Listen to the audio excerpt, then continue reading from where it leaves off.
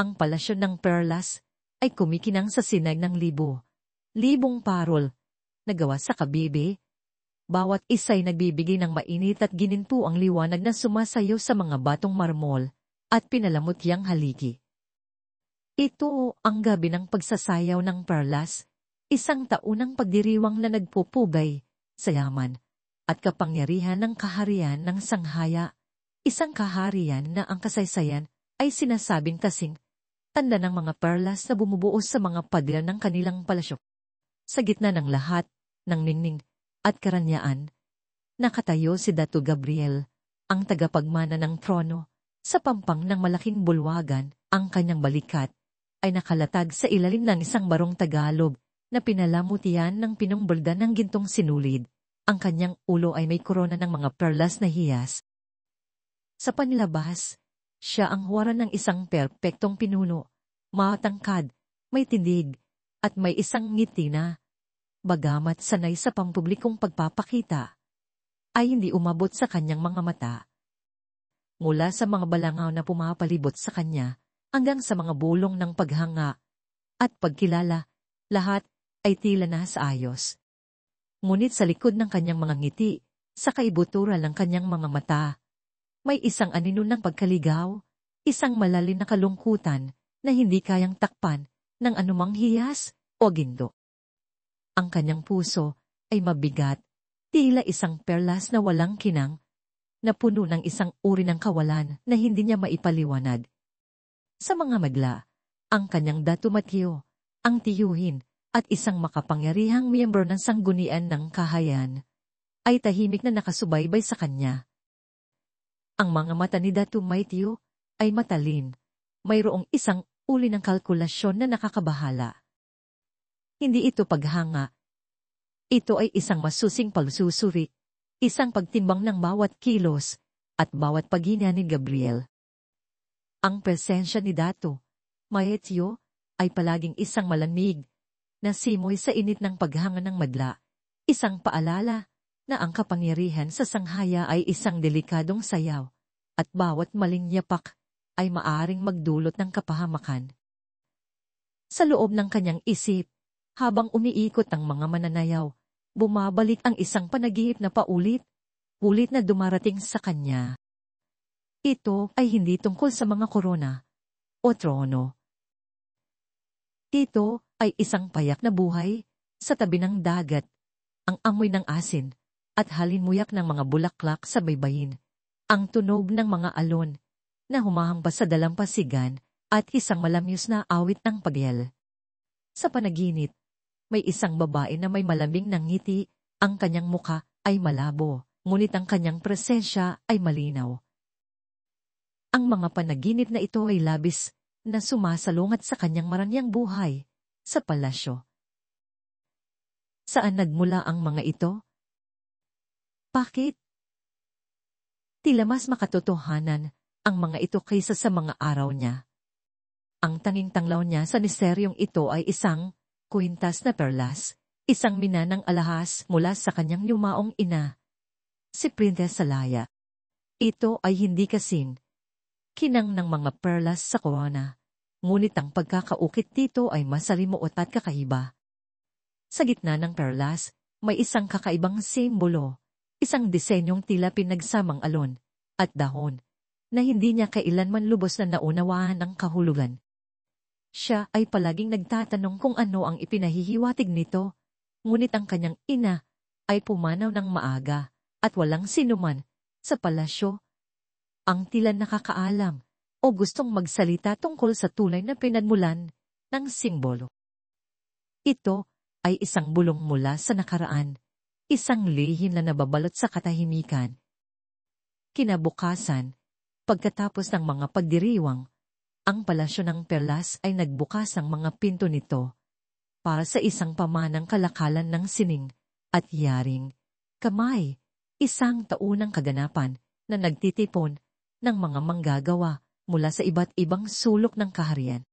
Ang bakuran ng palasyo na karaniwang tahimik at formal ay napuno ng ingay, kulay, at amoy ang amoy ng sariwang kuko, ng kahoy na nililok, at ng mga bulaklak. Dito, sa gitna ng sigla ng mga manggagawa at ang kanyang mga tanod na palaging nakabuntot sa kanya, ay natagpuan ni Gabriel ang isang bagay na nagpakislap sa kanyang walang saysay na mundo. Siya ay naakit sa isang kubol na nagtatampok ng mga makukulay na hinabing tela. Hindi ito ang mga pino at mamahaling seda ng palasyo, ngulit ang mga hibla ay tila buhay at ang mga disenyo ay masining at makulay. Nang lapitan niya ang kubol, isang partikular na disenyo sa isang tapis ang nakakuha ng kanyang pansin. Ito ay isang sinaunang disenyo. Hinabi ng buong pag. Iinat sa tela, isang hugis. Alon na may dahon, na halos kapareho, kung hindi man eksakto, ng simbolong nakaukit sa kanyang kuwintas na perlas. Ang nagmamay, ari ng kubol, ay si Anya, isang dalagang may sariwang kutis mula sa liblib na barangay Luntian. Ang kanyang mga mata ay matatalin, matalino, at puno ng sigasig. Ngunit mayroon ding isang uri ng pagod na nagsasabi ng matinding paggawa. Ang kanyang mga kamay ay magaspang at may kalyo, ang patunay ng hirap ng kanyang hanabuhay bilang isang manghahabi. Ngunit ang mga kamay na yon ay mahusay at mabilis na tila may sariling buhay habang iniikot ang mga sinulid. Nang magtagpo ang kanilang mga mata, pakiramdam ni Gabriel ay may isang bagay na nag-ugnay sa kanila. Ito ay hindi ang karaniwang paghanga na nakukuha niya mula sa mga kababaihan sa palasyo. Ito ay isang kakaibang koneksyon, isang pakiramdam ng pagiging pamilyar. Tila matagal na niyang hinahanap. Mayroong isang kalinisan at katapatan sa kanyang mga mata na nagpaparamdam sa kanya ng isang bagay na matagal nang nawawala sa kanyang sarili. Magandang araw, bati ni Gabriel. Ang kanyang boses ay mas malalim kaysa sa inaasahan niya. Ang iyong mga gawa ay kahanga-hanga. Lalo na ang disenyo na ito at itinuro niya ang tapis na may simbolo. Saan mo natutunan ang paghabi ng ganitong disenyo? Magandang araw din po. Dato, tugon ni Anya. Ang kanyang tinig ay malinaw at may kumpiyansa, hindi natakot sa kanyang langgo. Ito po ay isang lumang disenyo mula sa aming baryo, ang Barangay Luntian. Naman na po namin ito sa aming mga ninuno. Ito po ay simbolo ng aming pagkakaisa sa dagat at sa lupa, ang pag-agos ng buhay, at ang pag-usbong ng sariwang simula. Barangay Luntian, sabi mo. Tanong ni Gabriel. Ang kanyang interes ay lubos na napukaw.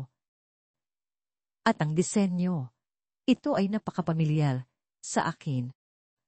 Inipo niya ang kanyang kuwintas, na tila sa hindi sinasadya ay naihahambing ang simbolo sa tela. Marahil ay matagal na itong disenyo sa ating kaharian. Nagsimula silang mag-usap. Nagtanong si Gabriel tungkol sa Barangay Luntian, sa kanilang tradisyon sa paghabi at sa kanilang payak na buhay.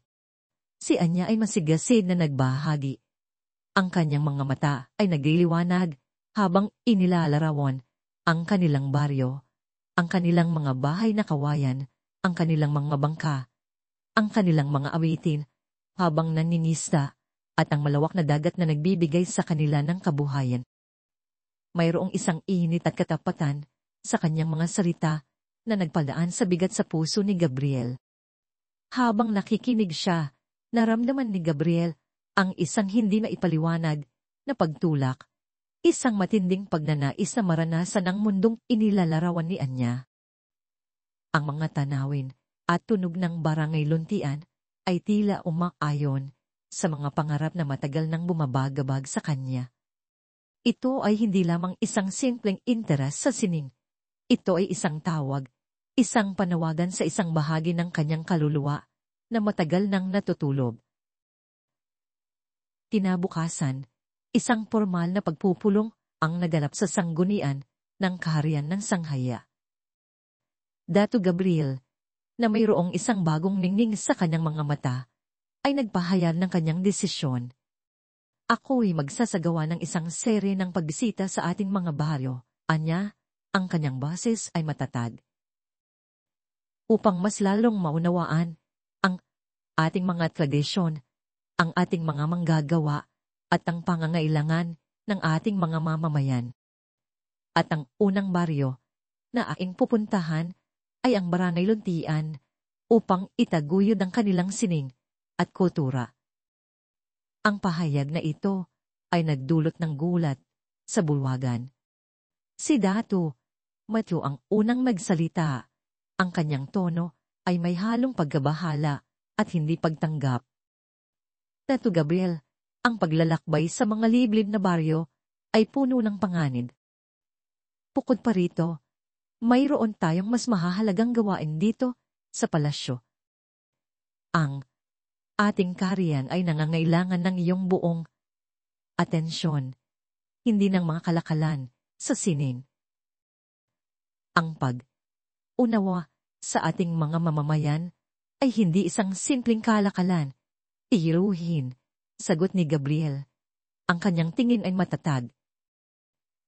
Ito ay isang tungkulin ng isang datu. Paano natin mamamahala ng epektibo kung hindi natin nauunawaan ng puso ng ating mga tao? Ang pagtataguyod ng sining at kultura ay isang paraan upang pagbuklurin ang ating kaharian at ipakita ang ating pagpapahalaga sa bawat isa sa ating mga nasasakupan. Sa kabila ng mga pagtutol ng kanyang mga tagapayo at ang mga pagtatangka ni Datu Matthew na tigilan siya, si Gabriel ay nanatili sa kanyang desisyon. Ngunit may isang lihim na layunin sa likod ng kanyang formal na dahilan. Hindi lamang niya gustong itaguyod ang kultura ng Barangay Luntian. Gusto niyang malaman ng kahulugan ng simbolo, ang pinagmula ng kanyang mga panaginip at ang totoo niyang pagkatao. Ipinahayag niya na siya ay magkukubli bilang isang karaniwang mamamayan, tatawaning Mang Gabriel, upang mas makihalubilo sa mga tao. Tanging isang pinagkakatiwalaang kasama lamang ang kanyang dadalhin, si Manong Ben, isang matandang kawal, at tagapaglingkod na matagal nang nasa kanyang pamilya. Si Manong Ben ay kilala sa kanyang katahimikan, ngunit ang kanyang mga mata ay tila mayroong maraming nakatagong kalaman na tila alam niya ang higit pa sa kanyang ipinapakita. Sa isang sulyap, naramdaman ni Gabriel na si Manong Ben ay hindi lamang isang kasama, kundi isang tagapag-ingat ng mga lihim na maaaring magbigay liwanag sa kanyang sariling nakatagong kasaysayan. Sa isang malamig na umaga, bago pa sumikat ang araw, si Datu Gabriel, na ngayon ay si Mang Gabriel, na nakasuot ng simpleng damit ng mangingisda, ay tahimik na umalis sa palasyo ng Perlas kasama si Manong Ben. Ang marangyang buhay at ang mabigat na korona ay naiwan sa likod. Sa halip, dala niya ang kanyang kwintas na perlas. Ngayon ay hindi na isang alahas na nagpapahiwatig ng kanyang ranggo, kundi isang susi sa isang misteryo, isang gabay sa paglalakbay na magbabago sa kanyang magpakailanman. Ang kanyang puso, bagamat may halong kaba, ay mayroon ding isang hindi pamilyar na kagalakan, ang kagalakan ng isang taong, sa wakas, ay nagsimulang maghanap ng kanyang sariling katotohanan. Ang sinag ng araw ay hindi pagganap na sumisikat, ngunit ang simoy ng hangin sa dalampasigan ay naghatid na ng sariwang amoy ng asin at dampi ng mga halaman.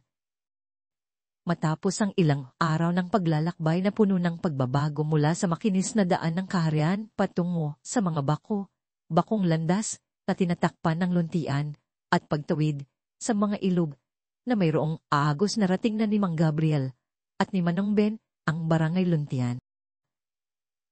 Habang papalapit sila sa baryo, ang mga tunog ng palasyo, ang malakas na tambol ng pagdiriwang, ang mga bulong ng mga opisyal, ang kalansing ng mga hiyas, ay tuluyan nang napalitan ng mga mas payak, ngunit mas makatotohanang tunog. Unang sumalubong sa kanila ang matinis na uni ng mga ibon, ang malamyos ng uni ng dagat, at ang matamis na amoy ng sariwang isda na inihahanda sa mga pampang. Ang luntian ay hindi palasyo, walang marmol, walang gintong palamuti, at walang matatayog na tor na umabot sa kalangitan. Sa halip, ang mga bahay ay gawa sa kawayan at nipa, nakatayo sa ibabaw ng lupa o kaya'y bahagyang nakaangat na mayroong mga berdeng halaman na umakyat sa kanilang mga dingding. Ang bawat kubo ay may sariling karakter, ngunit lahat ay nagbibigay ng pakiramdam ng init at pagiging pamilyar. Ito ay isang lugar kung saan ang tao ay malapit sa kalikasan, kung saan ang bawat bahay ay tila may kwento at ang bawat mukha ay mayroong ngiti. Si Gabriel, na ngayon ay mas sanay na sa kanyang simpleng kasuotan, ay nakaramdam ng kakaibang ginhawa. Ang bigat ng korona at ang mabigat na tungkulin ay tila napagaan ng simoy ng dagat. Tumingin siya kay Manong Ben, na tahimik lamang na nakatingin sa paligid. Ang kanyang mga mata ay tila nagbabasa ng bawat detalye ng kapaligiran. Manong Ben, bulong ni Gabriel, iba rito. Napakatahimik, ngunit napakabuhay. Si Manong Ben ay mumiti ng bahagya, isang bihilang ngiti na nagpapakita ng ilang kulubot sa kanyang mukha. Ang buhay ay mayroong iba't ibang tinig, dito Gabriel. Dito, ang dagat ang nagsasabi ng kwento at ang hangin ang naghahatid ng musika. Habang naglalakad sila sa loob ng baryo, napansin ni Gabriel ang mga bata na naglalaro sa dalampasigan. Ang kanilang mga tawa ay lumulutang sa hangin. Ang mga kababaihan ay abala sa paghabi sa ilalim ng mga punong niyog. Ang kanilang mga kamay ay mabilis na gumagalaw sa mga sinulid. Ang mga kalalakihan naman ay naghahanda ng kanilang mga bangka. Ang kanilang mga katawan ay sinunog ng araw at pinatatag ng hirap ng paghahanap buhay. Walang makas ng pagpapanggap o karangyaan. Lahat ay totoo, malinis, at puno ng buhay. Nakita nila si Anya sa gitna ng mga nagtitinda sa maliit na pamilihan ng baryo. Abala sa pag-aayos ng kanyang mga hinabing produkto. Nang makita niya si Gabriel, ang kanyang mga mata ay nanlaki sa pagkabigla, ngunit agad itong napalitan ng isang maligayang ngiti. Mang Gabriel, bulong niya, na tila hindi makapaniwala. Tumating na kayo. Hindi ko inakala na gagawin ninyo ang inyong pangako. Ang isang datu ay hindi dapat sumisira sa kanyang salita. Anya, sagot ni Gabriel, isang tunay na ngiti ang sumilay sa kanyang mga labi. Ang una niyang naramdaman mula nang umalis sa palasyo. At ako ay sabik na makita ang inyong baryo. Dinala ni Anya, si Gabriel, at si Manong Ben sa kanyang kubo, isang maliit, ngunit malinis na tahanan na gawa sa kawayan at nipa na mayroong bubong na gawa sa dahon ng niyog. Ang loob ay payak, ngunit puno ng init at pagiging malugod. Mayroong mga banig sa sahig, mga palayok na luwad sa isang sulok, at isang maliit na loob kung saan siya umahabi. Pasensya na po sa pagiging payak ng aming tahanan, sabi ni Anya, bahagyang nahihiya. Ito ay perpekto, Anya, sagot ni Gabriel. Nakatingin sa paligid. Mas mainit at mas totoo kaysa sa mga malamig na pader ng palasyo. Sa mga sumunod na araw, si Gabriel ay ganap na nakisalamuha sa buhay ng barangay Luntian. Sa umaga, sasama siya sa mga mangingisda, sa pangunguna ng isang matandang mangingisda na mayroong kulubot na mukha, ngunit mayroong matatalas na mata, si Mang Tonyo. Sa simula, si Gabriel ay balisa at medyo walang alam.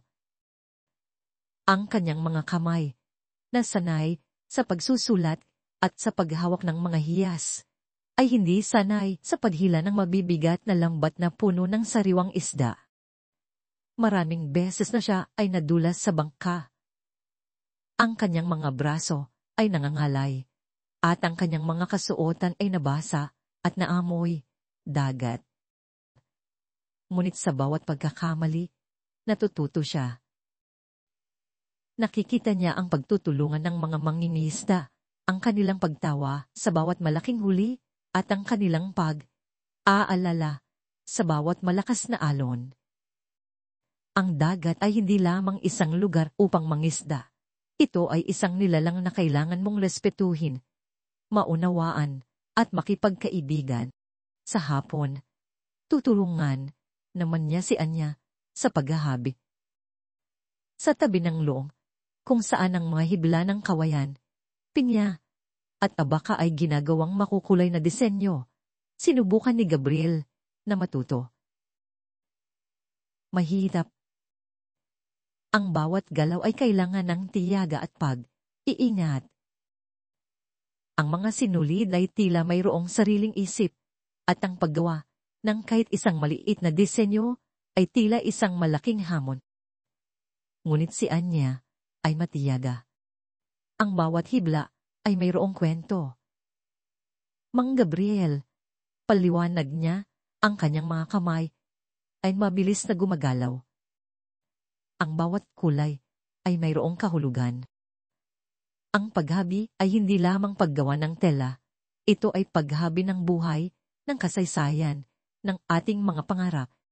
Habang nanonood siya kay Anya, nakikita niya ang pagiging masinop at ang pagmamahal nito sa kanyang trabaho.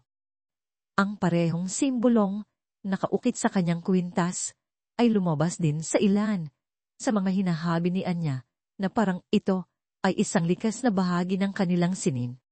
Na ipaliwanag ni Anya na ito ay isang sinaunang disenyo, isang tanda ng luntian na sumasagisag sa pagkakaisa ng dagat alon at lupa, dahon ng buhay at pag-asa.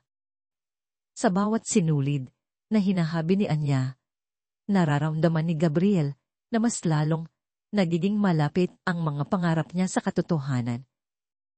Si Gabriel ay sumasama rin sa mga bata, nakikipaglaro ng sipa, aguan, at iba pang tradisyonal na laro. Ang kanilang walang malay na kagalakan ay nagpaglaan sa kanyang puso na matagal nang nabalot ng formalidad ng palasyo. Sa bawat tawanan nila, sa bawat pagtakbo at paglukso, naramdaman ni Gabriel ang isang pakiramdam ng pagiging kabilang, ng pagiging malaya. Sa mga gabi, sa ilalim ng kalangitan na puno ng bituin na mas maliwanag kaysa sa langit sa kaharin, si Gabriel ay nakaupo sa labas ng kubo ni Anya kasama ang iba pang mga taga-baryo. Ang mga kwento ng dagat, ng mga engkanto, at ng mga bayani ay pinagsasaruhan. Naririnig niya ang mga awitin na puno ng pag-asa at kalungkutan, at nakikita niya ang espiritu ng bayanihan sa bawat kilos sa pagbabahagi ng pagkain, sa pagtulong sa bawat isa sa mga gawain, sa pagtawa at pagtangis ng magkakasama. Ito ay isang komunidad na nabuhay sa pagkakaisa, sa pagmamalasakit sa kapwa, at sa walang hanggang pag-asa. Ang kanyang mga panaginip ay naging mas matingkad. Ang babae na may malambing na ngiti ay hindi na malabo. Ang kanyang mukha ay mas nagiging malinaw, puno ng pag-ibig at lungkot. Ang awit ng paggele ay mas naging pamilyar, tila isang himig na matagal nang nakalimutan, ngunit ngayon ay unti-unting bumabalik sa kanyang alaala. Ang mga panaginip na ito ay hindi na nagdulot ng kalituhan, kundi isang pakiramdam ng pag-asam, na tila malapit na siyang makatuklas ng isang mahalagang bahagi ng kanyang sarili. Naramdaman ni Gabriel na ang bawat araw sa luntian ay isang hakbang na papalapit sa katotohanan na matagal nang naghihintay sa kanya. Isang hapon, habang abala si Gabriel sa pagtulong kay Anya, sa paglilinis ng lumang kubo ng kanyang lola, si Lola Remedios, isang gawain na pinasimulan niya upang makatulong sa paghahanda ng lugar para sa isang maliit na pagdiriwang ng ani. may isang bagay na nakakuha ng kanyang pansin. Ang kubo ay puno ng alikabok at mga lumang gamit, mga palayok na nabasag, mga lumang banig, at mga kawayan na kinulubot na ng panahon. Habang inaangat niya ang isang lumang bilao ng palay, napansin niya ang isang maliit na kahon na gawa sa kahoy, nakatago sa ilalim ng sahigi na kawayan, sadyang itinago mula sa paningin. Ang kahon ay simple, ngunit ang pagkakaukit dito ay masalimuot, na mayroong mga disenyo ng alon at dahon, ang parehong simbolo na nakaukit sa kanyang kuwintas at hinahabi ni Anya. Isang tibok ang naramdaman ni Gabriel sa kanyang dibdib. Isang kakaibang pakiramdam ng kuryosidad at pag-aalala ang bumalot sa kanya. Marahan niyang binuksan ang kahon. Sa loob, kasama ang ilang pinatuyong bulaklak at lumang alahas, ay isang lumang litrato na bahagyang kupas na ang kulay dahil sa panahon. Inilabas niya ang litrato, at sa sandaling nakita niya ito, tila huminto ang mundo. Ang litrato ay nagpapakita ng isang napaagandang babae. Bata pa na mayroong maligayang ngiti. Ang kanyang mga mata ay pamilyar.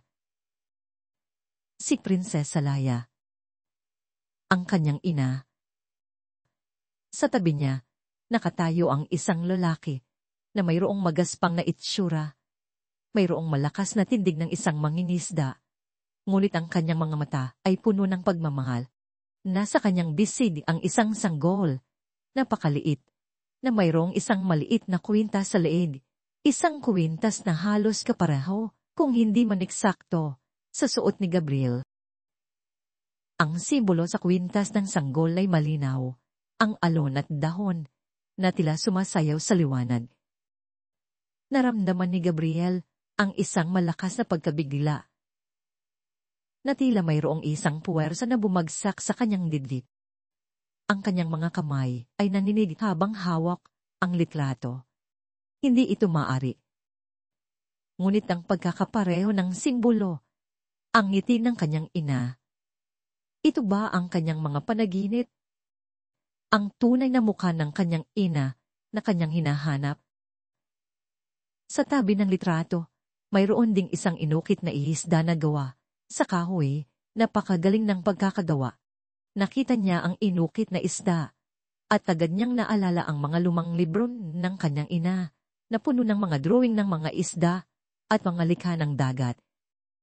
Ang inukit na isda ay eksaktong kapareho ng isa sa mga drawing na madalas niyang makita sa mga journal ng kanyang ina. Kasabay ng pagtuklas na ito, narinig niya ang isang mabagal na yabag na papalarit. Si Lolo Pedro, isang matandang pinuno ng baryo, ang kanyang mukha ay puno ng karunungan, at ang kanyang mga mata ay tila nakakakita ng mga bagay na hindi nakikita ng iba. Si Lolo Pedro ay kilala sa buong bayo bilang tagapag-alaga ng mga lumang kwento at mga lihim.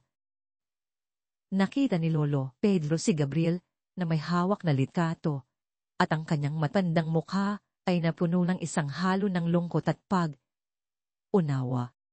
Uminga siya ng malalim, isang malalim na bundong, hininga na tila naglalaman ng mga taon ng pagtago ng isang lihim. Kahit na anong pagtatago, ang katotohanan ay laging lalabas sa liwanag, bulong ni Lolo Pedro. Ang kanyang boses ay malumanain, ngunit puno ng awtoridad. Iyan ang tinatawag na tadhana, Mang Gabriel. Naupo si Lolo Pedro sa isang lumang bangko, ang kanyang mga mata ay nakatingin sa litrato na hawak ni Gabriel. Iyan ang iyong ina, si Prinsesa Leia. Simula niya, ang kanyang tinig ay tila naglalayag sa nakaraan. At ang lalaki sa kanyang tabi ay si Mang Ricardo, isang mangingisda at isang mahusay na uukit dito sa Barangay Luntian. Ang inukit na isda na yan ay gawa niya. Kilala siya sa kanyang talento at sa kanyang puso. Nagpatuloy si Lolo Pedro. Ang kanyang kwento ay tila isang malamyos na awit ng nakaraan. bago pa man siya ipagkasundo sa dating dato, si Prinsesa Laya ay nagkaroon ng isang malalim na pag-ibig kay Mang Ricardo. Ang kanilang pag-ibig ay ipinagbabawal, isang prinsesa at isang payak na mangingisda. Ngunit ang pag-ibig ay hindi pinipili ang kalagayan sa buhay. Sila ay nagmamahalan ng tunay, ng buong puso, at nagkaroon ng isang anak. Ikaw, Mang Gabriel. Isang matinding pagkabigla ang naramdaman ni Gabriel. Siya, anak ng isang prinsesa at isang mangingisda. Ang mga pader ng kanyang pagkakakilanlan ay tila gumuho. Upang maiwasan ng isang malaking iskandalo na maaaring magwasak sa kanilang lahat, patuloy ni Lolo Pedro, lihim na isinilang ni Prinsesa Laya ang isang bata. Upang protektahan ka, at upang mapanatili ang kapayapaan sa kaharian, inayos ni Prinsesa Laya na ikaw ay ipagkatiwala sa dato. Ang dating dato na hindi na maaaring magkaroon ng sariling anak ay pumayag na kukupin ka bilang kanya. Si Mang Ricardo, dahil sa kanyang pagmamahal sa iyo at sa iyong ina, ay pumayag na manahimik at namuhay ng payapa at tahimik dito sa baryo. Namatay siya ilang taon na ang nakakaraan, ang kanyang pag-ibig at sakripisyo ay nanatiling riyin. Ang kuwintas na yan na suot mo, Mang Gabriel, ang simbolong yan ng alon at dahon, ay hindi lamang basta disenyo. Paliwanag ni Lolo Pedro, itinuro ang kuwintas ni Gabriel. Ito ang tanda ng pag-ibig ng iyong mga magulang, isang lihim na sumasagisag sa kanilang pag-asa at sa iyong pagkakakilanlan, anak ng dagat at ng lupa, ng maharika at ng payak na mamamayan. Ikaw ay anak ni Prinsesa Laya at ni Mang Ricardo. Dala mo ang dugo ng parehong mundo, Mang Gabriel, dugo ng marangal at dugo ng ordinaryong tao. Ang mga salita ni Lolo Pedro ay tila isang malakas na alon nang humampas sa dalampasigan ng kanyang kaluluwa. Ang kanyang buong buhay, ang kanyang pagkakakilanlan bilang dato, ang lahat ng kanyang pinaniniwalaan ay biglang nagbago. Hindi siya isang purong dugong bughaw. Siya ay mayroong dalawang dugo, dalawang mundo, dalawang kwento.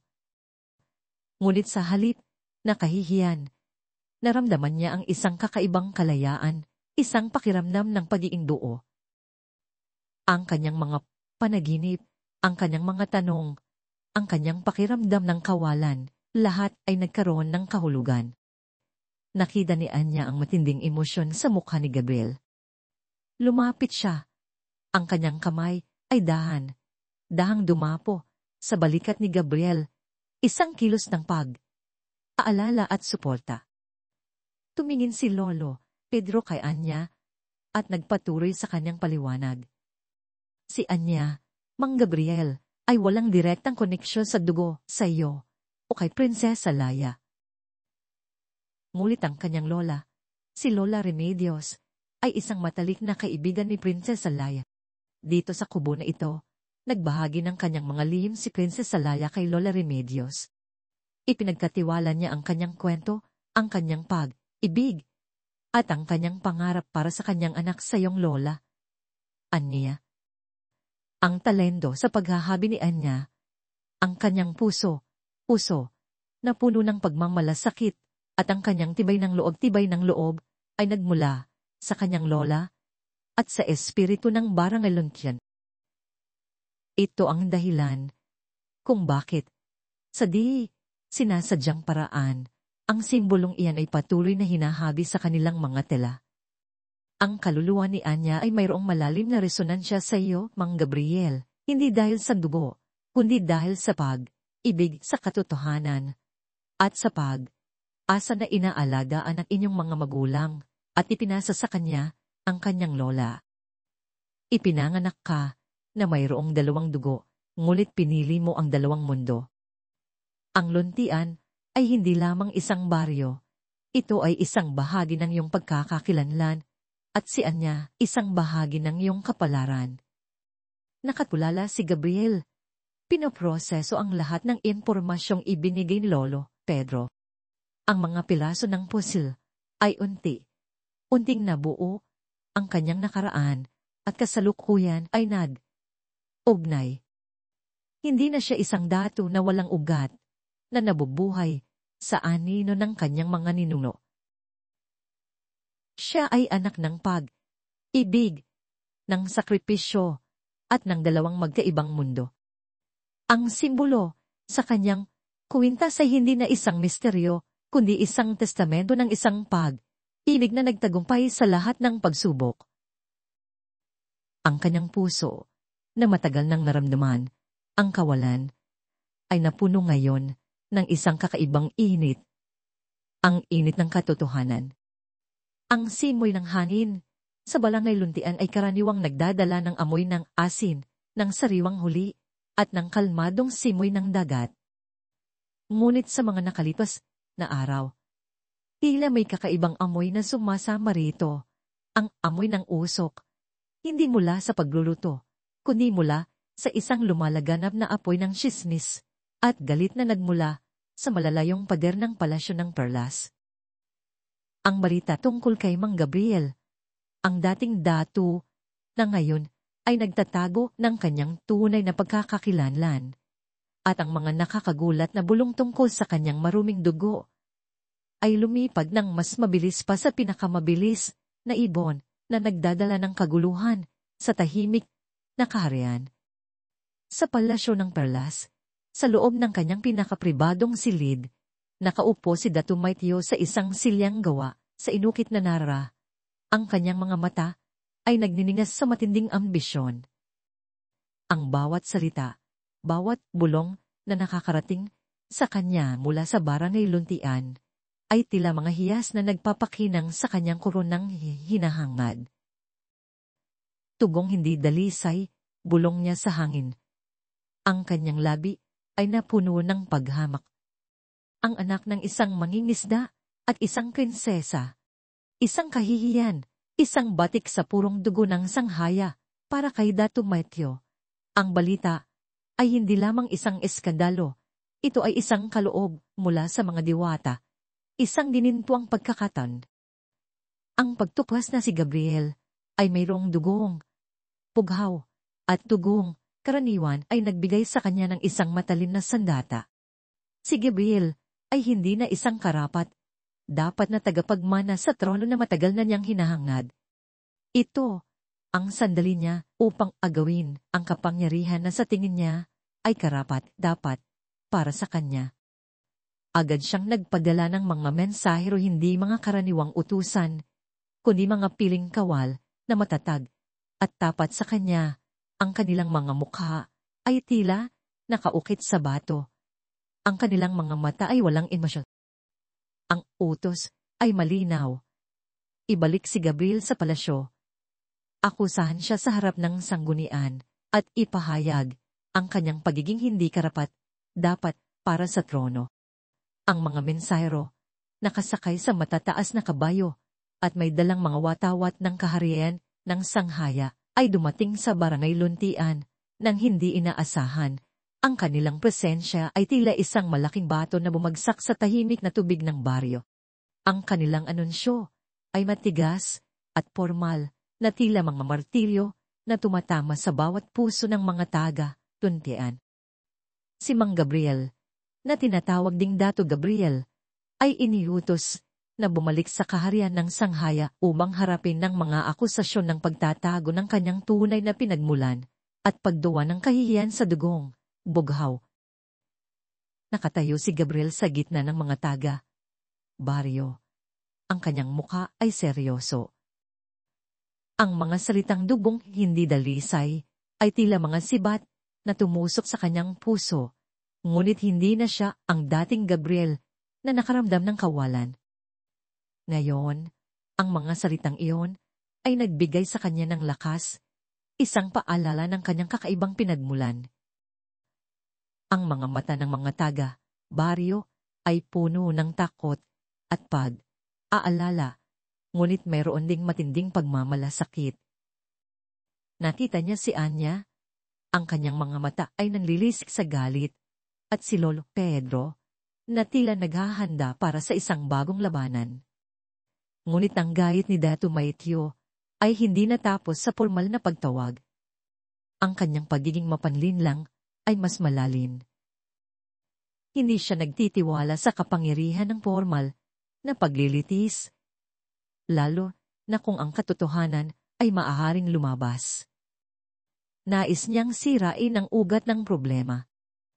Kailangan niyang patahimikin si Lolo Pedro, ang matandang pinuno na nagtaglay ng lihim ng mga magulang ni Gabriel. Kailangan niyang sirain ang lahat ng ebidensya, ang kupas na litrato, ang inukit na isda at kahit ang kwintas ni Gabriel na tila isang simbolo ng kanyang paghihimagsik. Sa ilalim ng takip, si Lynn, habang ang barangay luntian ay unting lumulubog sa payapa nitong tulog, dalawang matataas at natipunong figura ang palihim na dumating sa baryo. Sila ay mga piling gwardiya ng palasyo, mga taong binihas sa sining ng pagpatay at pagtatago. Ang kanilang mga mukha ay nakatago sa lilim ng malalaking sombrero, ang kanilang mga katawan ay tila anino na gumagapang sa dilim. Ang kanilang mga kamay ay sanay sa paghawak ng balisong, ang kanilang mga puso ay walang takot at walang awa. Para sa kanila, ang luntian ay isang maliit at mahinang baryo, madaling pasukin at madaling sirain. Ang mga taga-baryo ay mga simpleng tao, hindi sanay sa labanan at madaling takutin. Hindi nila alam ang lalim ng kaluluwa ng luntian. Gabi na. Ang mga bituin ay kumikinang sa kalangitan na tila mahiyas na nakakalat sa isang itim na velvet. Sa loob ng kubo ni Anya, ang tanging ilaw ay mula sa isang maliit na ilawan na gawa sa kabibe na nagbibigay ng mainit at malamyos na sinag. Si Gabriel, na ngayon nakasuot ng simpleng kamiseta at pantalo ng maningisda, ay nakaupo sa sahig. Ang kanyang kwintas na perlas ay hawak niya. Ang kanyang isip ay lumilipad. Iisipan ang mga bagong natuklasang katotohanan at ang nagbabadyang pagharap sa sanghaya. Katabi niya si Anya, na tahimik na naghahabi ng isang bagong tapis. Ang kanyang mga kamay ay mabilis na gumagalaw, ngunit ang kanyang mga mata ay puno ng pag-aalala. Biglang, isang malakas na tunog ng pagbasag ang nagpunit sa katahimikan ng gabi. Ang pintuan ng kubo ay nabuksan ng marahas, at dalawang matatangkad na anino ang pumasok. Ang kanilang mga mukha ay seryoso, at ang kanilang mga mata ay nagbabanta. Ang hangin ay napuno ng tensyon, ng takot, at ng amoy ng kamatayan. Dato Gabriel, sabi ng isa sa mga anino, ang kanyang boses ay malalim at walang emosyon. Kami ay inutusan ng dato, may ito na iuwi ka sa palasyo. At kailangan naming alisin ang lahat ng ebidensya na nagpapakita ng iyong kadungisan. Ang kanyang tingin ay tumama kay Anya, at pagkatapos ay sa kwintas ni Gabriel. Ngunit si Gabriel, na matagal nang nabuhay sa anino ng kanyang pagkaligaw, ay hindi na natatakot. Ang kanyang puso ay puno ng bagong lakas ng katotohanan na matagal nang nagpapahirap sa kanya. Tumayo siya. Ang kanyang tindig ay matatag at puno ng awtoridad na hindi na ang dating Mang Gabriel. Ako si Gabriel, dato ng sanghaya, matigas niyang sabi. Ang kanyang boses ay matatag at puno ng paninindigan na tila isang kulog na umalingaw-ngaw sa maliit na kubo. At hindi ako tatakas sa katotohanan ko, ang aking dugo ay hindi marumi. Ito ay pinagpala ng pag-ibig, ng dagat at ng lupa. Hindi ko ikinahihiya kung sino ako. Ang dalawang gwardiya ay nagulat sa kanyang katapangan. Hindi nila inasahan ang gayong pagtutol mula sa isang lalaki na sa tingin nila ay mahina at duwag. Ngunit ang kanilang sorpresa ay mabilis na napalitan ng galit. "Huwag kang lumaban, Datu," sigaw ng isa. At alad niyang hinugod ang kanyang balisong, ang matalim na talim ay kumislap sa malabong ilaw ng ilawan. Ang isa naman ay lumapit kay Anya na may layuning kukunin ang inukit na isda at ang litrato. Umpisa ang isang matinding labanan sa loob ng maliit na kubo. Si Gabriel, bagamat hindi sanay sa labanan tulad ng mga gwardya, ay lumaban ng buong lakas, pinoprotektahan ang kanyang sarili. At si Anya, ang mga tunog ng bakal na nagbabanggaan, ng mga kamao na tumatama, at ng mga paghagupit ay lumikha ng isang nakakatakot na symphony sa gabi. Sa isang iglap, habang abala si Gabriel sa pagdetensa sa sarili, ang isa sa mga gwardiya ay kumilos ng mabilis. Ang balisong ay biglang itinutok kay Anya, na nakatayo sa isang sulok, nakayakap sa lumang kahon. "Pitawan mo iyan, babae," banta niya. Ang kanyang tinig ay malamig. Ngunit si Anya, na dating kilala lamang sa kanyang kahusayan sa paghahabi, ay nagpakita ng isang uri ng katapangan, apang na nagulat maging si Gabriel. Siyang pag-aalinlangan. Sa halip na matakot, ang kanyang mga mata ay nagniningas sa determinasyon. Mabilis siyang kumilos. Iniligtas niya ang sarili sa balisong sa pamamagitan ng pag-iwas at ng walang pag-aalinlangan. Agad niyang dinampot ang isang mahaba at matibay na sibat na gamit sa pangingisda o marahil ay isang malaking sagwan na gawa sa matibay na kahoy na nakasandas sa dingding. Sa isang kilos na puno ng lakas, tumayo siya sa pagitan ni Gabriel at nang sumalakay, ang kanyang sibat ay handang lumaban. Hindi ninyo kukunin ang aming mga alaala. Hindi ninyo kukunin ang katotohanan." Sigaw niya. Ang kanyang tinig ay puno ng galit at tibay ng loob. Ang kanyang mga kamay, na dati sanay lamang sa paghahabi ng pinong sinulid ay ngayon, ay matatag nang humahawak sa sandata. Siya ay hindi lamang isang manghahabi. Siya ay isang luntian, at ang bawat hibla ng kanyang pagkatao ay puno ng katatagan ng kanyang baryo. Ang ingay ng labanan, ang pagbasag ng mga kagamitan, at ang sigaw ni Anya ay nagdulot ng gulo sa tahimik na baryo. Sa ilang sandali, ang mga ilaw ay nagsimulang sumindi sa bawat kubo. Ang mga taga-baryo, na sanay sa pagkakaisa sa panahon ng kagipitan, ay hindi nag-aksaya ng oras. "May kalaban," sigaw ng isang boses, at agad na sumunod lang iba pa. Si Lolo Pedro, na nagkaroon ng pakiramdam ng nagbabadyang panganib, ay agad na lumabas sa kanyang kubo.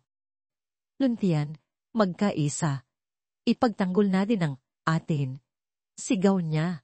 Ang kanyang matandang tinig ay puno ng lakas at awtoridad. At sa ilalim ng buwan, isang manghang eksena ang naganap. Mula sa bawat kubo, lumabas ang mga taga-baryo.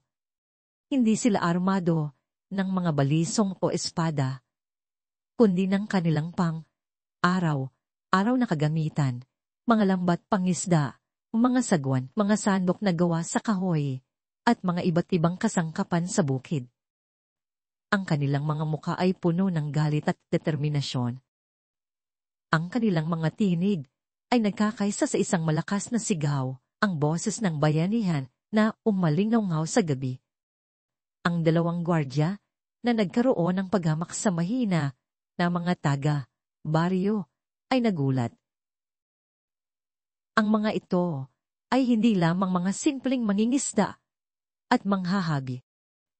Sila ay isang komunidad, isang pamilya, at sila ay lalaban para sa kanilang sarili, para kay Anya, at para kay Mang Gabriel na tinanggap nila bilang isa sa kanila. Napilitan silang umatras na hindi inaasahan ang gayong lakas at pagkakaisa. Ngunit bago sila tuluyang umalis, ang isa sa kanila ay iwan ng isang huling babala, ang kanyang boses ay puno ng pagbabanta. Hindi pa ito tapos. Gabriel. Ang dato, Mateo, ay hindi kailanman susuko. Umanda ka sa kanyang galit. Pagtatapos ang labanan, ang kubo ay puno ng mga taga, Mario. Ang ingay ng labanan ay napalitan ng mga bulungan ng pag-akalala, ngunit mayroon ding pagmamalaki sa kanilang mga mata. Ang pagtatanggol kay Gabriel at Anya ay hindi lamang isang gawain, ito ay isang pahayag.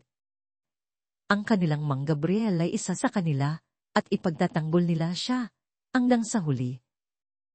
Niyakap ni Gabriel si Anya, ang kanyang puso ay puno ng pasasalamat at isang bagong uri ng pag-ibig. Ang kanyang katapangan ay hindi lamang nagligtas sa kanya, kundi nagpakita rin ng lalim ng kanyang kaluluwa. Tumingin siya sa mga taga, Baryo, sa mga mukha na puno ng katapatan. Dito, sa luntian, natagpuan niya ang tunay na lakas. Naramdaman ni Gabriel ang bigat ng sitwasyon. Hindi na niya maaring itago ang kanyang sarili sa barangay luntian. Ang bawat araw na nananatili siya doon ay naglalagay sa panganib sa mga taong tinanggap siya. Ang mabala ni Deto Maitio ay malinaw. Hindi niya maaaring hayaan na magdusa ang luntian dahil sa kanyang pagkakakilalan. Kailangan kong bumalik, sabi ni Gabriel, ang kanyang boses ay natatag. Kailangan kong bumalik sa kaharian ng sanghaya at harapin si Dato, Mateo.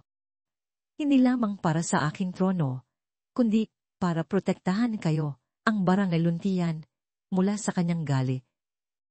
Tumango si Anya. Ang kanyang mga mata ay puno ng lungkot, ngunit mayroong determinasyon. Kasama mo kami, Mang Gabriel, sabi niya. Ang iyong katotohanan ay aming katotohanan. Lumapit si Lolo Pedro. Ang kanyang matandang kamay ay marahang dumapo sa balikat ni Gabriel. Ito ang iyong tadhana, Gabriel, sabi niya.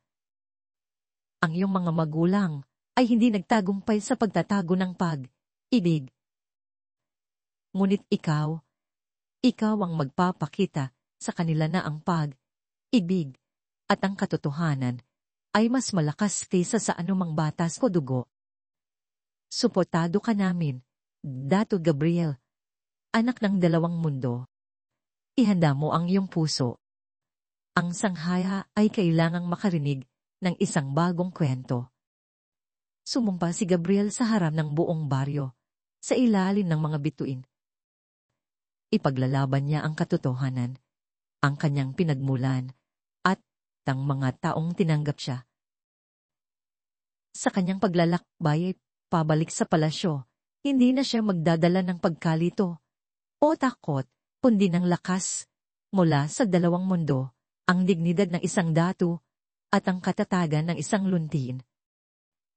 Ang kanyang puso, na dati walang laman, ay napuno ngayon ng bagong pag-asa, ng isang bagong pananaw para sa isang mas patas at mas makatarungang karya. Ang bagyo ay nagbabadyang dumating, ngunit si Gabriel ay handa nang harapin ito, kasama ang suporta ng luntian sa likod niya at ang kanyang kuwentas, isang tanda ng kanyang pagkakakilanlan na malapit sa kanyang puso. Ang palasyo ng Parlas, na karaniwan ay sentro ng karangyaan, at kapangyarihan ay nabalot ng isang kakaibang katahimikan, hindi payapa, kundi puno ng matinding tensyon na tila nakabitin sa hangin. Ang bawat pader, na pinalamutian ng mga kabibe, at gintong ukit ay tila nagpapahinuhod sa bigat ng nagbabadyang kaganapan. Ang bulwagang pinagdadausan ng sanggunian, na karaniwang puno ng mga bulong, at formal na talumbati, ay tila isang naghihintay na arena ng paghahara. Ang mga miyembro ng sanggunian, mga matatadang pinulo mula sa iba't ibang angkan, at rehiyon ng kaharian ng sanghaya, ay nakaupo sa kanilang mga pwesto, ang kanilang mga mukha ay seryoso, ang kanilang mga mata ay nagtatago ng iba't ibang damdamin, pag-aalinlangan, pagtataka, at ilang pagkamuhi. Ang usapan tungkol sa tunay na pinagmulan ni Gabriel ay kumalat na sa buong kaharian at ang bawat isa ay naghihintay ng formal na paghaharap. Ang kapalaran ng trono at maging ang kinabukasan ng isang buong kaharian ay nakasalalay sa mga mangyayari sa loob ng mga sagladong pader na yun. Sa gitna ng lahat, nakaupo si Datu Matthew. Ang kanyang mukha ay nakaukit sa bato. Ang kanyang mga mata ay matatalin na parang sibat. Siya ang nangunguna sa pagpupulong. Ang kanyang boses ay malakas at puno ng awtoridad, na tila naghahanda ng isang bagyo na wawasak sa lahat ng kanyang nakikitang balakid. Ang kanyang bawat galaw ay may kalkulasyon. Ang kanyang bawat salita ay may layunin. Ang pagpapabagsak kay Gabriel at ang pag-ado sa korona. Ang kaharian ng sanghaya. Simula niya, ang kanyang tinig ay pumalingaw-ngaw sa bulwagan at sa bawat sulok ng palasyo ay itinatag sa prinsipyo ng puwang dugo ng marangal na angkan ng isang pamana na walang bahid. Ang bawat datu ay kailangang maging isang simbolo ng kadilisayan, ng karangalan na walang bahid. Ngunit ngayon, at ang kanyang tingin ay tumama sa malaking pintuan na may matinding paghamak sa kanyang mga mata, ang ating kaharian ay nahaharap sa isang malaking pagsubok, isang kahihiyan na nagbabanta na sirain ang pundasyon ng ating pamamahala. Ang kanyang mga salita ay nagsisilbing isang mabigat na kortina ng paghuhusga na naghihintay lamang ng pagdating ni Gabriel. Sa bawat sandali ng katahimikan, ang tensyon ay lalong lumalala, tila isang tali na patuloy nang humihigpit. Ang iba pang miyembro ng sanggunian ay nagpapalitan ng sulyap, ang ilan ay nababahala, ang ilan naman ay tila nasisiyahan sa nagaganap, naghihintay na makita ang pagbagsak ng batang dato. Ang palasyo, na dati tahanan ni Gabriel, ay tila ngayon ay isang hukuman na handang hatulan siya. Biglang, bumukas ng dahan ng malaking pintuan na nagbigay daan sa isang sinag ng araw na pumasok sa bulwagan. Hindi sumigaw ang mga tagapag-anunsyo, hindi rin umalingaw ang tunog ng mga trompeta o anumang formal na pagtanggap. Sa halip, sa isang matikas, ngunit payak na paraan, pumasok si Gabriel. Ngunit hindi siya nakasuot ng mga karaniwang kasuotan ng dato. Walang gintong borda, walang koronang may hiyas, walang mga balabal na pinalamutian ng mga mamahaling bato na sumasalamin sa kayamanan. Sa halip, suot niya ang isang barong Tagalog na gawa sa pinong tela ng pinya. Ang kulay nito ay natural at mayroong simpleng ganda, ngunit puno ng dignidad. Ang bawat hibla ng barong ay tila buhay. Sumasalamin sa sikat ng araw na sumilit mula sa mga bintana. Ang barong ay pinalamutian ng isang pino at masalimuot na borda. Hindi ng mga bulaklak o ginto na simbolo ng karanyaan, kundi ng mga alon at dahon, ang mismong simbolo ng luntian ng kanyang kuwintas. Ang barong na ito ay gawa ni Anya. Ang bawat sinulita ay pinaghirapan niya, binigyan ng pag-ibig at pag-asa at binordahan ng pagmamahal. Ito ay hindi lamang isang danit, ito ay isang pahayag, isang testamento ng kanyang paglalakbay, ang kanyang pagkakakilanlan, at ng kanyang pagtanggap sa kanyang dalawang mundo. Sa kanyang leeg, nakasuot pa rin ang kanyang kumintas na perlas, ang simbolong alon, at dahon ay nagniningning ng may bagong kahulugan, isang anting ng katotohanan. Ang kanyang tidig ay matatag, hindi lumilihis sa pagharap sa mga tingin ng sanggunian na tila mga umuhusgang mata. Ang kanyang mga mata ay hindi nagpapakita ng takot o kahihiyan, kundi ng isang kalmadong lakas, isang uri ng karunungan na hindi kayang bilhin ng anumang korona. Sa likod niya, matikas ding pumasok si Lolo Pedro, ang matandang pinuno ng barangay Luntian. Ang kanyang mukha ay puno ng karanasan at katotohanan, at ang kanyang mga mata ay tila naglalaman ng mga kwento ng nakaraan. Ang kanyang presensya ay tila isang matandang punong nara, na nanatiling matatag sa harap ng anumang bagyo, isang saksi ng katotohanan na hindi maaaring pasinungalingan. Nagulantang ang buong bulwagan. Ang mga bulong ay biglang tumigil, napalitan ng malalim na katahimikan na tila ba'y nawala ng tinig ang bawat isa. Hindi nila inasahan ang galong pagtatanghal. Hindi nila inasahan ang payak, ngunit makapangyarihang pagdating ni Gabriel. At lalong hindi nila inasahan ang presensya ni Lolo Pedro, isang simpleng tayaga, baryo, na ngayon ay nakatayo sa isang formal na pagpupulong ng sanggunian ng hari, na mayroong dignidad na halos kapantay ng isang dato. Lumakad si Gabriel sa gitna ng bulwagan, direkta sa harapan ni Dato Maitio. Sa kanyang mga kamay, hawak niya ang kupas na litrato, ang litrato ni Prinsesa Laya at Mang Ricardo, kasama ang sanggun na siya mismo. Dahan niya itong ipinakita sa sanggunian, inilalabas ang katotohanan na matagal nang inilihin. Ang mga matatandang pinuno ay lalong nagulat. Ang ilan ay tumayo sa kanilang mga upuan, ang kanilang mga mata ay nalaki sa hindi makapaniwalang pagtataka. Ang litrato, na tila isang huling hininga ng nakaraan, ay nagpapakita ng isang katotohanan na hindi nila kailanman inakala na makikita. Isang prinsesa at isang mangingisda, ang kanilang pag-ibig, at ang kanilang anak. Ito ay isang tahimik, ngunit makapangyarihang ebidensya na hindi maaaring pagdudahan. Dato Maitio, simula ni Gabriel, ang kanyang boses ay malinaw at matatag, walang bakas ng pag-aalinlangan. Ang bawat salita ay nagdadala ng bigat ng isang bagong, natuklasang pagkakakilanlan. Ikaw ay nagkakamali kung sa tingin mo ay makakapagtago ako sa katotohanan. Ako, si Gabriel, ay narito upang harapin ito ng buong katapangan. Si Dato Maitio, na hanggang ngayon ay tila nanalo sa laban, ay biglang nagkaroon ng pagkabahala sa kanyang mukha. Ang kanyang planong sirain si Gabriel ay tila nagkakaroon ng butas, isang hindi inaasahang pagliko sa kanyang madilim na landas. Ang kanyang mga mata ay nagniningas sa galit, ngunit wala siyang maglawa. Ngunit bago pa siya makapagsalita, inangat ni Gabriel ang kanyang kamay. Ang kanyang tingin ay tumama sa bawat miyembro ng sanggunian na tila binibigyan sila ng hamon. Ako ang anak ng dalawang mundo, ng Maharlika at ng Lundian. Buong tapang na pagdedeklara ni Gabriel. Ang kanyang boses ay umalingaw sa buong bulwagan, na tila isang pamilyar na kanta na matagal nang nawawala. Ngunit ngayon ay muling bumalik.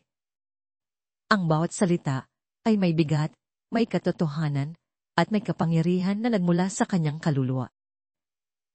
Ang aking ina, si Prinsesa Laya, ay nagmahal. Ang aking ama, si Mang Ricardo, ay nagmahal.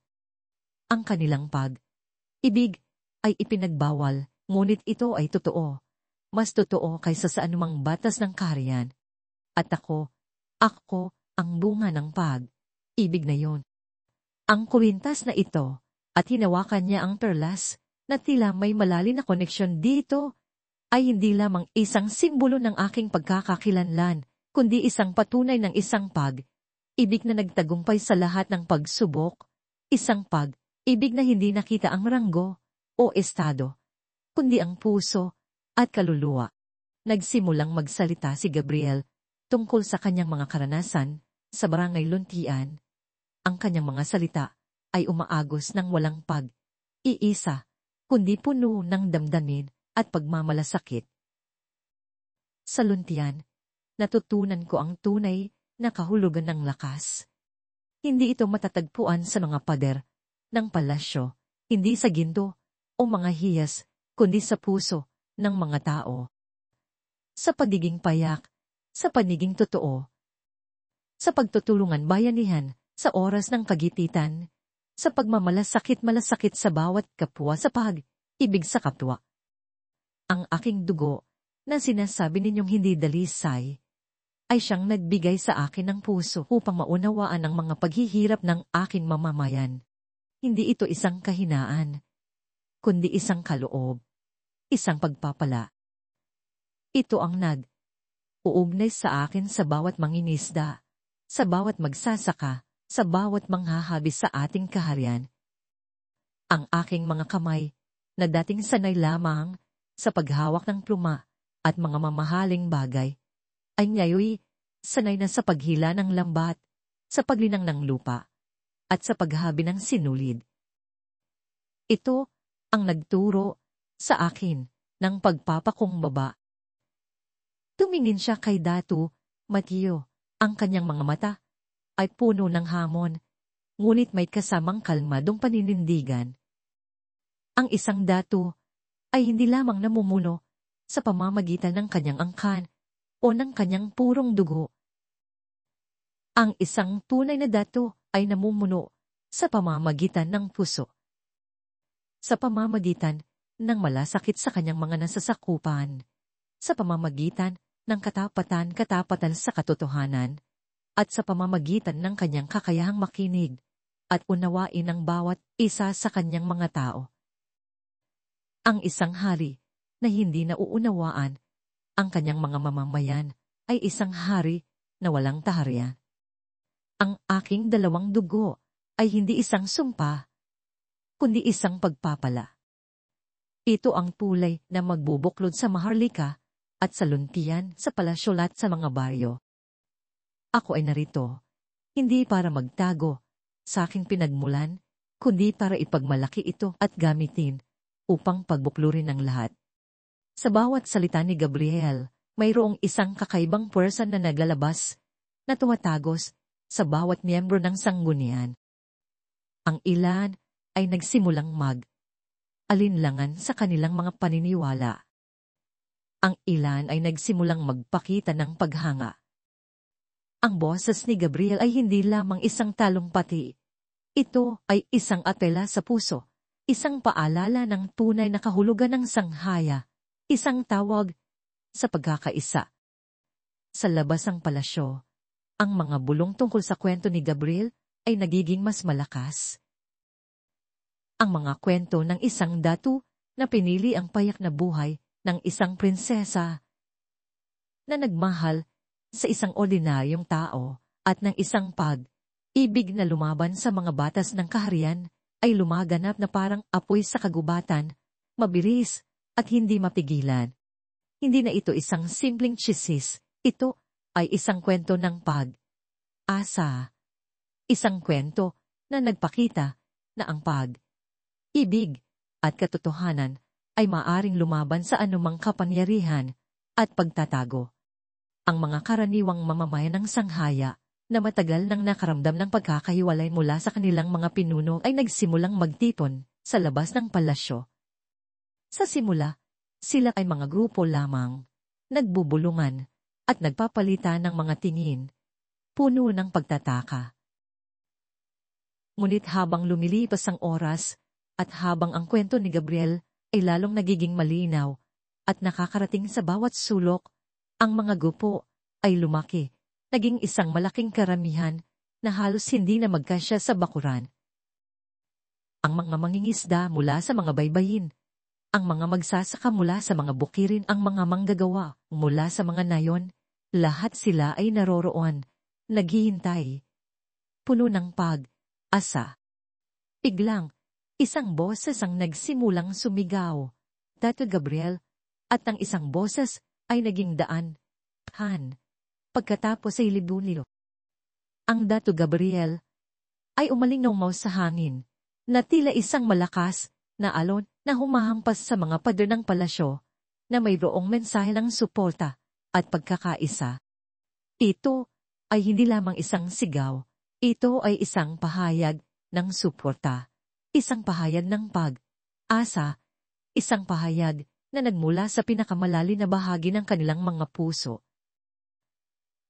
Ang mga tao ay nagdadala ng mga banner na mayroong mga disenyo ng alon at dahon, ang parehong simbolo na nasa kwintas ni Gabriel, ang parehong disenyo na hinabi ni Anya. Para sa kanila, si Gabriel ay hindi lamang isang dato. Siya ay isang tulay sa pagitan ng kanilang mundo at ng mundo ng mahalika. Siya ay ang kanilang dato na nauunawaan ang kanilang mga paghihirap, na nauunawaan ang kanilang mga pangarap, na tila ba'y isang bahagi na ng kanilang pagkatao. Sa loob ng bulwagan, narinig ni Dato, maitiw ang mga sigaw mula sa labas. Ang kanyang mukha ay namutla sa galit at pagkabahala. Ang kanyang mga mata ay nanlilisik sa pagkatalo. Ang kanyang planong agawin ng trono ay tila nasisira, gumuho na parang mga kastilyo ng buhangin. Ang kanyang pagtatangka na gawing kahihiyan si Gabriel ay naging isang dahilan upang mas maging matatag ang kanyang posisyon, mas maging malakas ang kanyang boses. Ang katotohanan ni Gabriel, ang pagiging totoo niya, ay mas malakas kaysa sa anumang panlilinlang na maaaring ilabas ni Dato Mario. Ang pagdating ni Lolo Pedro, ang matandang pinuno na nagkwento ng kanyang mga alaala at ng lihim na pag-ibig, ay nagbigay ng bigat sa mga salita ni Gabriel na hindi maaaring padudahan. Ang mga matatandang miyembro ng sanggunian na sa simula ay nag-alinlangan ay unti-unting lumambot. Ang kanilang mga puso ay naantig sa katapatan at tapang ni Gabriel. Ang pagiging bukas ni Gabriel, ang kanyang pagiging matapat, ay nagpaalala sa kanila ng mga tunay na halaga ng sanghaya, ang mga halaga na matagal nang nakalimutan sa gitna ng kapangyarihan at karangyaan. Ang dugo ay maaaring magbigay ng kapangyarihan. Sabi ng isa sa mga matatandang pinuno ng sanggunian, ang kanyang tinig ay may paggalang at pagpapakumbaba, ngunit ang puso ang nagbibigay ng karunon. Si Dato Gabriel ay mayroong pareho. Siya ay dato, hindi dahil sa pagiging purong dugo, kundi dahil sa pagiging tunay. Siya ang dato na kailangan ng ating kaharian sa panahong ito. Ang hamon ni Dato Matthew ay tuluyang gumuho. Ang kanyang mga akusasyon ay tila mga anino na naglaho sa liwanag ng katotohanan. Siya ay nanatiling tahimik. Ang kanyang mukha ay puno ng matinding galit at pagkabigo, ngunit wala siyang magagawa. Ang boses ng mga tao, ang mga alaala ni Lolo Pedro, at ang katapatan ni Gabriel ay mas malakas kaysa sa kanyang ambisyon. Sa gitna ng sigawan ng Dato Gabriel, mula sa labas, at ang pag-aproba ng mga miyembro ng sanggunian sa loob, si Gabriel ay muling kinumpirma bilang lehitimong dato ng kaharian ng sanghaya. Ngunit hindi na siya ang dating dato na walang ugat na nabubuhay sa anino ng kanyang mga ninuno. Siya ngayon ay dato ng dalawang mundo, isang pinuno na naintindihan ang kanyang sarili at ang kanyang mga mamamayan. Ang kanyang unang proklamasyon ay umalingaw-ngaw sa bulwagan, puno ng pag-asa at bagong pananaw para sa isang mas mabuting kinabukasan. Mula ngayon, simula ni Gabriel, ang kanyang boses ay matatag at puno ng inspirasyon.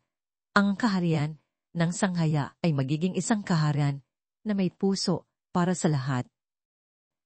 Itatatag natin ang mga programa para sa pagpapaunlad ng ating mga liblib na baryo, simula sa Barangay Luntian. Ang kanilang mga sining, ang kanilang mga tradisyon, at ang kanilang mga halaga ng komunidad ay isasama natin sa pamamahala ng ating kaharian. Ang bawat isa sa ating mga nasasakupan, mula sa pinakamataas hanggang sa pinakamababa, ay mararamdaman ang malasakit ng kanilang dato. Sisikapin nating hubugin ang isang sanghaya na hindi nakabase sa puro o hindi purong dugo, kundi sa pagkakaisa, sa respeto, at sa pag-ibig sa kapwa. Ito ang aking pangako sa inyo. Matapos ang lahat, ng mga formalidad, pagkatapos ng mga pagpupulong, at pagkatapos ng mga pagdiriwang na nagpapakita ng kanyang pagbabalik, si Gabriel ay bumalik sa Barangay Luntian. Hindi bilang isang datu na nagmamadali, kundi bilang isang Mang Gabriel na naghahanap ng isang taong kanyang pinagkakatiwalaan, isang kasama sa kanyang bagong simula. Natagpuan niya si Anya sa dalampasigan, nakaupo sa buhangin, nakatingin sa malawak na dagat. Ang kanyang mga kamay ay abala sa paghabi ng isang maliit na tapis. Ang mga disenyo ay mga alon at dahon na tila nagsasalaysay ng kanyang kwento. Ang simoy ng hangin ay bumubulong sa kanyang mga buhok at ang tunog ng mga alon ay tila isang malamyos na awit, isang lullaby ng pag-asa. Dahang lumapit si Gabriel at umupo sa tabi niya. Ang kanilang mga mata ay nagtagpo at sa mga mata ni Anya, nakita niya ang pag-asa, ang pagmamalaki, at ang pag-ibig. Isang pag-ibig na lumaban sa lahat ng pagsubok. Anya, simula ni Gabriel, ang kanyang boses ay malumanay, puno ng pagpapahalaga at pasasalamat. Ang iyong lakas, ang espiritu ng iyong baryo, at ang aking paglalakbay na kasama ka, ang nagturo sa akin ng tunay na kahulugan ng pamamahala. Hindi ito tungkol sa kapangyarihan, kundi sa pag-unawa. Hindi ito tungkol sa ranggo, kundi sa puso, at sa malasakit. Hawak niya ang kamay ni Anya, ang kanyang mga kamay, na dating sanay lamang sa paghawak ng mga hiyas, ay ngayon, ay masaya, sa magaspang, ngunit totoo na kamay ni Anya. Gusto kong maging kasama ka, Anya, sabi niya. Ang kanyang tingin ay matatag at puno ng pag-ibig. Hindi bilang isang tradisyonal na asawa ng dato o isang taning babae sa palasyo, kundi bilang isang kasama, isang kapareha, isang kaibigan, isang tagapayo, isang katumbas. Gusto kong kasama ka nang hubugin ng isang mas mabuting sanghaya. Hindi lamang kita inaarok ng pag-ibig, Anya, kundi isang pinagsamang pananaw para sa ating kaharian. Isang kaharian na hindi na magtatago sa mga lihim, kundi magbubukas sa lahat ng katuruan. Isang kaharian na ating hinabi ng magkasama, pulag ng paghabi mo ng mga telang ito, hibla sa hibla, kulay sa kulay. Tumingin si Anya sa kanyang mga mata. Ang kanyang mga mata ay puno ng luha ng kagalakan at pag-unawa. Naramdaman niya ang lalim ng pangako ni Gabriel, ang katapatan ng kanyang puso. Ito ay hindi lamang isang simpleng pag-ibig. Ito ay isang pagnanais na bumuo ng isang bagay na mas malaki.